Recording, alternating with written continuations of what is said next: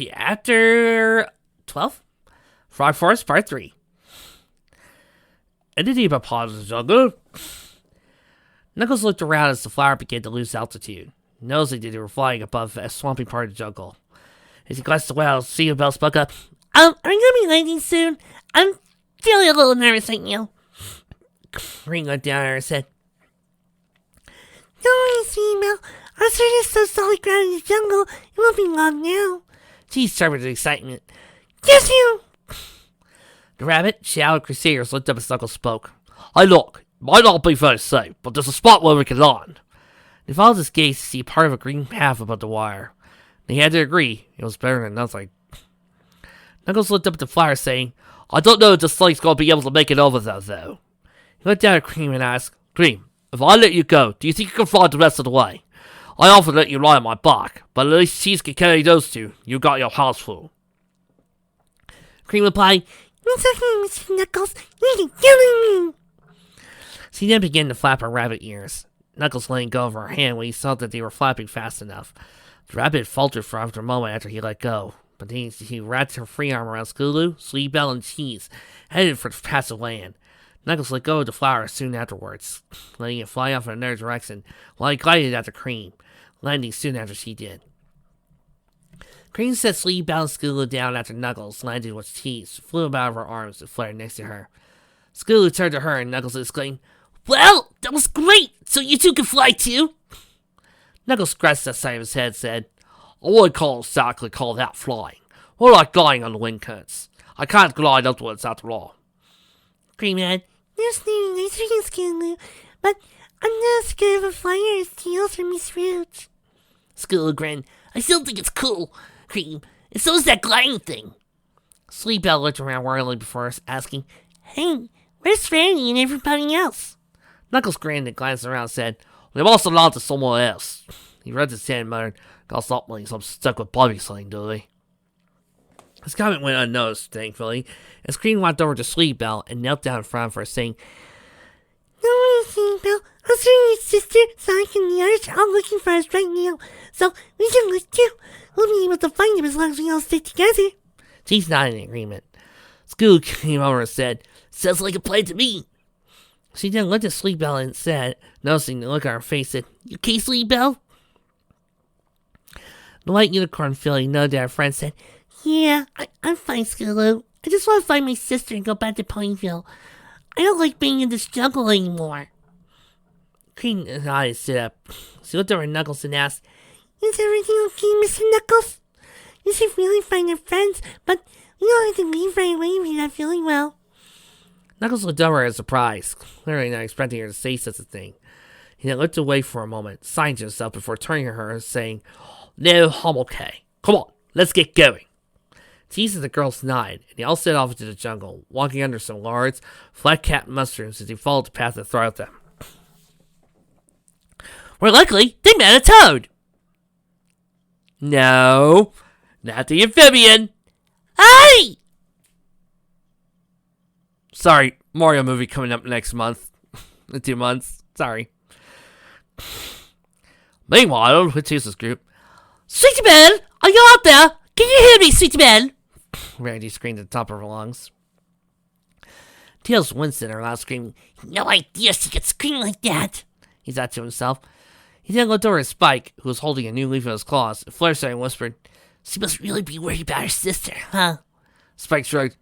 Yeah. Still, she doesn't have to make this big of a deal of it.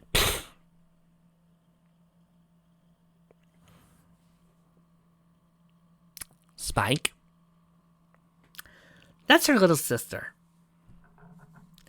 In a dangerous area. With an echidna she doesn't know. She has every right to be worried. And if someone would allow me to cut a dragon, I would!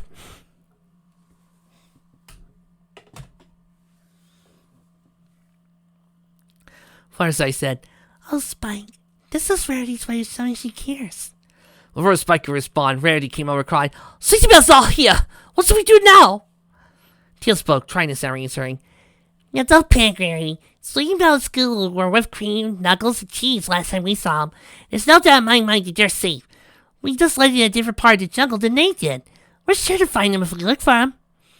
His words seemed to do the trick. As Rarity's expression seemed to brighten. You're right. I don't know about Cream and how to defend, but you're right about Knuckles. You can certainly protect Sleepybell and Skidoo until we find them, she exclaimed. Fluttershy hesitantly murmured, "Yay?"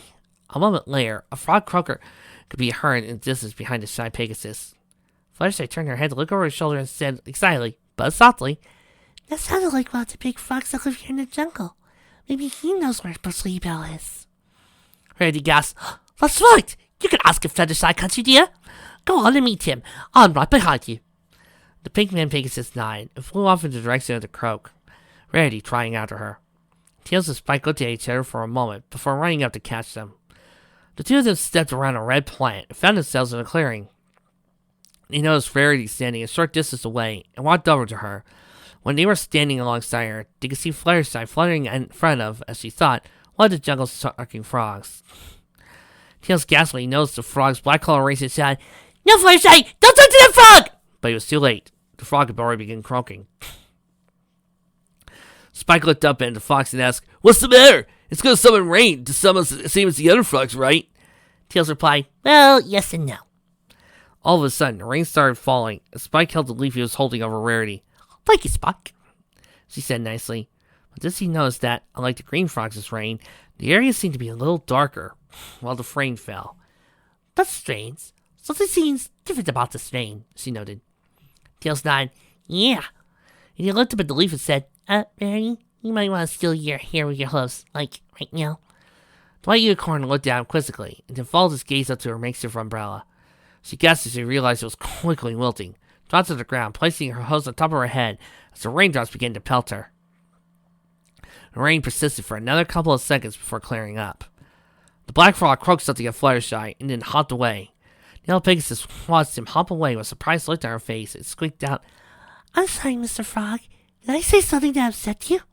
But even as she sighed, the frog was already well out of hearing distance, so she got no reply back. A second later, she turned around to face her friends and gasped softly when she saw all the wilted plants. She quickly flew over and landed in front of the trio, asking, "What happened to all the plants?" Tails sighed, "Those black frogs are a little different from the green frogs we've seen so far, Fluttershy. The rain causes plants to wither and die instead of grow." Rarity looked at him and asked, "Rain that plants are unable to survive under.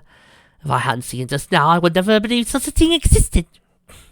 Tails nodded, "Yeah, I guess it's because those black frogs are a lot like poison dart frogs. Their toxicity must somehow affect the rain they summon." He looked around for a moment before saying, "We should still see some green frogs out there, but we'll have to watch out for the black frogs as we go, okay?" Spike, Rarity, and Fluttershy nodded in agreement. The four of them then started walking again, resuming the search for their friends. Elsewhere, Sonic, Twilight, Applejack, and Rainbow Dash were all stopped alongside the path they had been following through the jungle. All of them had agreed to stop and rest for a few moments in order to get their bearings. Earlier, Rainbow Dash had tried to quickly find everybody else by searching for the air, but was unable to do so due to how dense the jungle had become. As he leaned back against the tree she was sitting next to, Applejack sighed. "Shucks, how did we manage to get split up like this? This ain't like when we were in Canterlot Headsmaze and Discord made those hedges rise up to separate us." Suns glanced over at Twilight for a second from the rock he was reclining on. Flower the unicorn quietly flipping through a few more pages of her book as it lay on a dry patch of moss. And then looked over at Applejack and said, "We were pretty much mercy at the wind back there, Applejack. The wind can't be controlled any more than the rain or seasons. Seasons don't fear the reaper, nor do the wind and the rain. We can be like they are, don't fear the reaper. We can take a hand. Sorry. Never do it again. Promise." Looked over for the low-hanging tree branch he was resting on and asked, "What are you talking about, Sonic? Of course things like the weather and the seasons can be controlled. That's how Equestria works." Sonic raised an eyebrow. "Huh?" Applejack tilted her hat up to look at Sonic, explaining, We got a pretty tight control on things in Equestria, Super Hulk. Princess Celestia moves to Cylon, Princess Loon moves to the moon, Lady Pony's paved the way for the seasons. Like to run the leaves, to get the trees to drop their leaves for home. And of course, there's winter wrap up, where every pony in Equestria spends the last day of winter getting everything ready for spring. Rainbow added, and Cloudsdale's the home of the weather factory, which makes all of Equestria's weather and everything related to it.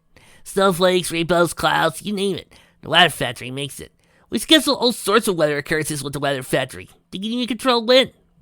Sonic shrugged. Well, things are a little different here, Rainbow. We don't have a place like the weather factory that supplies all our needs. Besides, you might be able to create wind, but that's all you can do. The wind is totally free. You can't make it, direct it, what have you. But it'll do what it wants to. That's the one thing you can't control. Rainbow Dash glared at him and spread her wings, getting off her back and flying over to the headstock, King right in his face. Is that so? Well, I happen to have a portal leading straight to Cloudsdale in my house.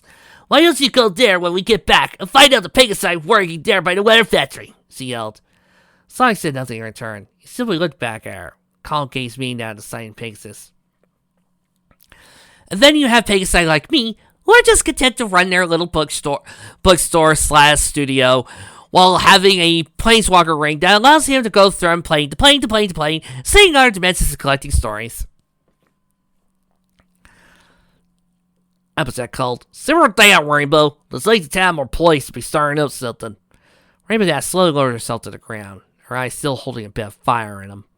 The reserve pony then added, "Besides, leave it to the wolves. We got better things to do than have Twilight break up an argument between the two of you. Like that right, Twilight?" The Labyrinth Unicorn flinched, having not expected to be made a part of a conversation, being jerked out of her thoughts so suddenly. She cleared her throat and replied, "Yes, you're absolutely right, Applejack. In fact, we probably should get moving soon." She used her magic to close her book, levitate it back to its saddlebag. Then she stood up and said, "Before we go, though, I'm going to go to the little filly's room." Before any pony could say anything, she tried to a nearby bush and leapt over it, leaving a trail behind her with her magic as she scurried away so she could find her way back. Applejack stared at where Twilight had gone for a moment before saying, "Well, that was a bit odd for Twilight. I hope she doesn't have any sense of them run." Rainbow Dash shrugged. "Yeah, it's probably nothing, AJ. Twilight's worrying over something. It's probably something silly and not worth getting worked up for." Sonic looked at her quizzically. "And don't you think someone should talk to her when she has something on her mind, no matter how small it may be?" "Okay. I don't think Sonic would be that introspective." Rainbow replied, "Come on, Sonic. Spike told us about how, when she ordered some cupcakes this one time, she was a little intent on making sure each cupcake exactly had the same amount of frosting. She tried to fix them herself and ended up leaving almost no frosting on them. Other times she apparently woke him up in the middle of the night because he was freaking out about planning her schedule for the month or something. Can you believe that?" She started laughing about how precise her bookworm friend tried to be, while Sonic just gave her an odd look. After a moment, the headstock slid off the rock, and after stretching, started walking in the general direction of the bush Twilight led over. Applejack watched him curiously and asked, "What you doing there, Sonic?" Sonic stopped to look at her and said, "I'm going to stretch my legs, Applejack. Be back in a bit." He then walked past the bush before stepping over some foliage, leaving Rainbow and Applejack's sight. Her reserve pony raised an eyebrow. "Well, he's had the kind of stories, too." Rainbow Dash said, "Probably thinking about what he told him about Equestria and Cloudsdale. He and Tails told us a lot of cool stuff, and told him some cool stuff. We were just returning the favor." Applejack rolled her eyes. "Right." Rainbow turned to her and said, "We should probably make sure we're ready to leave when they get back. Want a hoof wrestle, stretch those muscles out?" Applejack stood up with a grin. "You're out, Rainbow." She tried over to the rock Sonic had rested on, and stood on the opposite side. They held out their hooves, loud grunts filling the air as the two friendly rivals tried to overpower each other. Meanwhile, Twilight was lying down on her stomach in front of a large tree, the same way she had just a minute ago. Her book was once again open in front of her, but she wasn't reading it. Instead, her chin rested atop its open pages. She had her hose on the side of her head as she muttered to herself, "I gotta stop thinking about these things. Just listening to my friends talk about them is enough to bring those feelings back. No, it's not their fault. It's never their fault. Oh, how I wish that was always true. But no, in this case, it isn't. I'm the one who..." Come on, Twilight, you've been through this before. It usually hasn't ended for you as well as you like. Keep it together for once. You can get over this. Snap.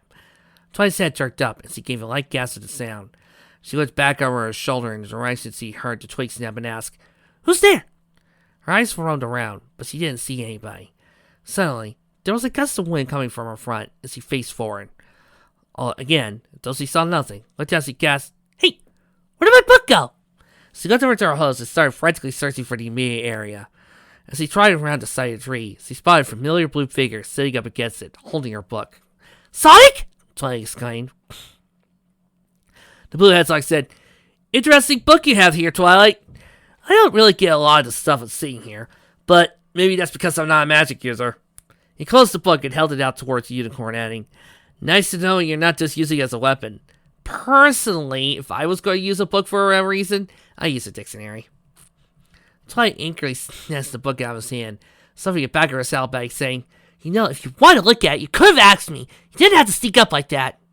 Sonic shrugged. "Yeah, I could have. But then I would have interrupted that conversation you were having with yourself." Twilight's eyes widened at those words as she reeled back for a moment. She then bowed her head and blushed, asking, "You heard that, huh?" Sonic replied, just the tail end of it. "So, what's up with you recently, Twilight?" Twilight looked away and asked, "What do you mean?" Sonic looked at her straight and said, "Come on, you know what I'm talking about. I've seen you staring off at a distance in the middle of a conversation, then act like nothing's wrong. You acted all nervous when Applejack made that joke, and that whole thing just now with Applejack and Rainbow Dash? Something's on your mind, Twilight. And like Rainbow Dash, I think it's something big." Twilight looked her head in defeat. "Okay, you got me," she muttered. Sonic stood up and asked, "So, you gonna tell me what it is, or?" Twilight looked at him and said, "Well, we could talk, it's just..." Sonic looked at her face as her eyes trailed off. Soon he had an idea about her current problem was. He over his shoulder with his finger as he said, "Come on, maybe a walk will help you get your thoughts in order." Without ready to reply, he turned and started walking away. Twilight watched him for a moment before quickly trotting towards him and slowing her pace to walk alongside him. After a few moments, Twilight hesitantly asked, "So, what did Rainbow say about me?" Sonic answered, "Basically, you're a worrywart who obsesses over even the smallest details." Twilight looked at me for a moment, but then she sighed. "That's not too far from the truth, you know." Sonic replied, "I didn't say it wasn't, but I do think she could have found a nicer way to say it." Twilight said, "Well, that's just the way Rainbow is occasionally.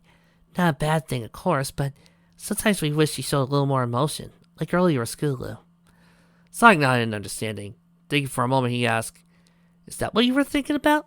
Your friends, or something related to them?" Twilight looked at him in surprise and said, No, it has nothing to do with my friends. Well, maybe a little, but that's not, She growled to herself and trailed off, silently cursing about her lack of social skills. Sonic turned his head towards the laboratory unicorn and calmly spoke, "Look, Twilight, if you don't want to tell me, I'll respect the decision. You should know, though, that I'm not judging you. I'm asking you to share your problems with me because you're a sensitive girl and I'm worried about you." Twilight looked at his face, studying for a moment. He does look genuinely concerned, she thought. She then asked, "Are you sure about that? You're not going to look at me funny if it turns out to be a small problem that no pony else would worry about, like Rainbow Dash said?" Sonic replied, "I might joke around a little from time to time, but deep down, I take concerns and problems of all sizes seriously. Like when those Shadowbolt guys challenged us to a race." Twilight remembered Tails' words while they were walking on the damaged saucers he found. That Sonic was secretly taking her concerns about the race seriously. Still, she looked away and said, "Well, you still might be surprised by how I feel about failure." Sonic shrugged. "When it comes to failure or loss, I think a loss is easier to get over than failure. Failing at or with something seems to leave a bigger mark on someone than a loss would. But that's just me." After a moment, Twilight spoke. "Well, my friends and I are often getting into mishaps or other situations, but the ones I've been at the center of lately, I'm not proud of." Sonic eyed her curiously as he explained. "Like the mistake I mentioned to you, Tails and Cream, when I was telling you about my friendship reports. When Princess Celestia gave me the assignment, she wanted to hear me regularly. And up until that point, I've been sending her a letter on friendship every week. So I guess. So you started to associate regular reporting with sending her a letter at least once a week? Twilight nodded. Yes. And when I learned it had been a week since the last time I sent her a letter, I kind of went overboard with trying to find something to report to her. Since my friends were busy, I tried to make a friendship problem to resolve. That quickly led to me casting a want it need spell on my old Smarty Pants doll that, like I said, just about all of Ponyville got caught under the influence of just because they lost control of it. Thankfully, Spike had written to Princess Celestia beforehand. So when she came to Ponyville and found out what was happening, she was able to remove the spell. Sonic said, "That was nice of Spike. So what happened to the doll?" And somewhere out there are people out there who are going to use this as, "This is why Twilight shouldn't be a princess," and other bullshit like that, because she makes mistakes. Well, I'm so sorry, assholes. I am sorry Twilight's not perfect. That she's not this perfect being you all want her to be. I'm sorry that she's not this perfect little character who doesn't make mistakes or makes errors. I'm sorry that she's not like you guys who, when you have a problem or an error, you would just do things normally. That you would be big, brave, perfect. Yes!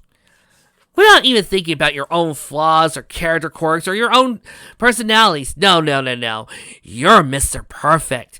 To which I say, quit lying to yourselves and admit just how much of a fuck up you guys would be. Because I got my Con Defender, and unlike Saba, which prevents me from hurting innocents, this thing allows me to shoot at a 5-mile radius, and I ain't afraid to use it. Comprehend?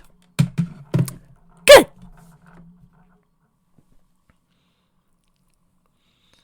Sonic said, "Well, that was nice of Spike. So what happened to the doll?" Twilight looked down with an odd expression, finding it hard to believe he was asking about that of all things. The look on his face told her he did want to know, though, so she answered, "I later found out that Applejack's big brother, Big Macintosh, took it after the spell was broken. I guess he really did like Smarty Pants without even having the spell on it." Sonic chuckled. "That's kind of cute, actually. He must be a big softy deep down." Twilight asked, "Why did you ask about that anyway? Aren't you at least a little appalled I lost my rationality and tried to make a problem just to please my mentor?" Sonic replied, "No, I don't mean to speak bad about her, since it sounds like you really respect her. But it seems to me she could have been a little more specific to what regular meant. You clearly didn't know, and since she didn't give you any feedback on what you were doing, it must have seemed like you were doing what she asked. Anyone could have put two together and come to that conclusion, not just you. And Celestia probably also expected that, yeah, Twilight could have figured it out on her own. She seems smart. But hey, things happen. This is called being human!" God, what's this obsession with some people wanting their characters to be perfect? Twilight just stared down, dumbfounded. By this time, they had circled halfway around a tree and were now walking back to where they started. Twilight soon regained her composure and said, "Well, okay, but then there was that one time I traveled where I met myself." Sonic raised an eyebrow. "Met yourself? Like, what, like by time travel?" Twilight nodded. "That's right. And see, I come to deliver a message to myself, but I was so amazed at the thought of time travel was actually possible, I didn't give myself a chance to speak, except to tell me where the time travel spells were kept. I ended up disappearing before I could give myself the message." Sonic smiled. I could see Tails having a similar reaction if he met a time-traveling version of himself. So what happened? Twilight explained, "When I first saw me, the time-traveling me, she was in bad shape. She was wearing a torn cat suit, her hair was a mess, she had a bandage and an eye patch on. Since I didn't get the message, I assumed some sort of disaster must have been happening by next Tuesday morning. Which was I time-traveled. I managed to convince every point that there could be a disaster coming and supervised the disaster proofing of all Ponyville, making sure the dam would break, bridges wouldn't fall, and all that." Sonic nodded in understanding. Twilight then added, "Shortly after that was done, Cerberus came to town." Sonic asked, "Cerberus? You mean that huge three-headed dog?" And Twilight nodded. He said, I thought he was a myth. Twilight replied, No, he and the Tartarus are very real. He looked like he was ready to destroy Ponyville, but Fluttershy was able to calm him down in no time at all. Sonic asked, Fluttershy managed to tame Cerberus. Yeah, I get this. Everybody likes to consider her weak and turn her into a doll for their own sexual pleasure. That's stupid. Yeah, tell me about it. Twilight nodded. Yes, and with a little help from Pinkie Pie, I was able to get him back to the gates of Tartarus before any monsters escaped. I thought the future had been changed after that, but I reconsidered that when, after I returned my home, I received a scar exactly like the one Future Twilight's face. After that, by late Monday night, I looked exactly like Future Twilight. Sonic asked, so then what? Twilight said, I was still sure that there was a disaster coming, so I tried to follow up on what Future Twilight told me, and tried to find a time spell in the Carolyn archives that would stop time. Tuesday morning came before I could find any time-related spells, though, and I found that there was no disaster. Pinkie Pie then found a spell that would allow me to travel back in time once, and I decided to use that to tell my past self not to worry about a disaster that would never happen. Sonic smiled. Let me guess. You were unable to deliver the message because past Twilight kept interrupting you? Twilight nodded, slowly. Sonic shook his head. Pretty crazy. That sounds like something that should have happened to me during my time on Little Planet. Well, at least you managed to get out of that loop. Bet you learned something valuable from the whole experience. But according to some people, Twilight shouldn't learn. She should be perfect. You know, there's a reason why I love that scene on the opening of Legend of Vox Machina, where we see the brave, gallant heroes being stern and straight-faced, all getting annihilated by Bryn Scythe. It shows that perfect heroes are an illusion, and the best heroes are like the ones like Vox Machina. As they returned to the front of the tree near where they started, Twilight came to a stop, and Sonic did as well. A second later, turned around, looking down to Lavender Unicorn, said, Well, yes, but I still... Dinner was my brother's wedding. When the Queen and the Changelings tried to replace Cadance, I wasn't... Sonic looked back at her for a moment before walking over and standing next to her, turning to face the same direction she was. He then placed his right hand on the back of her head. Before she could ask, he suddenly started pushing at her head and starting to run. Sonic, what are you doing? I'm not used to going running this fast! She exclaimed. Sonic replied, That's okay. Just hold up your head and run! With that, he began to direct her with his hand, both of them circling the tree again. Having no idea what else to do in this situation, Twilight decided to listen to Sonic, raising her head high and lifting her legs as he pushed alongside her. She stumbled a bit at first, but as he began to go back around to the front, her movements began to feel right. It's a strange thing to feel, but she decided to embrace it. Sonic began to slow down as he came closer to the front of the tree, coming to a complete stop. When he reached their starting point, Sonic took a hand off of Twilight's head and stepped away, turning to face her and asking, How did that feel? Oh, thank you, Arthur. You used one of my favorite scenes from Sonic 06. What? I have scenes I like in 06. Remember, Quantum Defender. I have weapons. Oh, and I also have an Infinity Gauntlet, so don't at me. Twilight looked at him in amazement before saying, The only time I've ever run like that is when there's trouble. I've never run on that on my own for fun before. It feels better than I thought it would. Felt great in fact. Sonic did nod and said, Listen, Twilight. I think I have a better understanding why you started feeling off your game. I'd like to help you get back on it. Thing is, you haven't told me the exact reason why. But that's okay. Twilight asked, Really? Sonic nodded, Yeah. It's obviously something deep. Something that affects you on a personal level. Since you're intent on keeping it to yourself, I had to go really digging to get it out of you. I don't like invading your personal business like that. If you could tell me honestly that talking with me helped, that you'll be trying to remain focused, I'll back off and let you try to sort out what you need to do on your own. Twilight looked down, her eyes running over the ground as she thought about how she felt. It's still there, but talking with Sonic did feel good. And that run was exactly it did raise my spirits. After a minute, she looked back at him and gave him a nod. Now, you see, Mikan, this is how you have characters react to other people's backstories without trying to make yourself a straw man argument. Sonic nodded back. Good. If you start feeling those thoughts come back, try to think about the good things that came out of those events you mentioned. Your old doll found a new home. Disaster-proofing Ponyville worried out things that could turn to problems later on. You ultimately saved your brother and his wife from those changeling things. And I'm sure some good came out of anything else you're thinking of. Some things do need a push or a pull to begin. Like Celestia sending you to Ponyville to make friends. But nothing truly starts until you take action. Twilight nodded in understanding. Sonic then added, you got time to worry, then run. Twilight managed to crack a full-blown smile at that. Was that supposed to be a piece of advice? She asked. Sonic smiled back. You never know. Besides, I was looking to see you smile. It means something good did come out of this. Twilight smiled. Was faltered for a moment, returned to his words. Sounds like something Pinkie Pie would say, she commented. Sonic said, then I guess the both of us like seeing other people smile. The two of them sent a friendly smile at that. Suddenly, they both heard Applejack called, Twilight! Hey, Sonic! Where the hell are both of you? Twilight looked back at Sonic sheepishly. Sounds like we kept everybody waiting. Sonic nodded. Yeah, let's get going. Twilight nodded. They both hurried back to the path Twilight had marked to go meet up with Applejack and Rainbow Dash.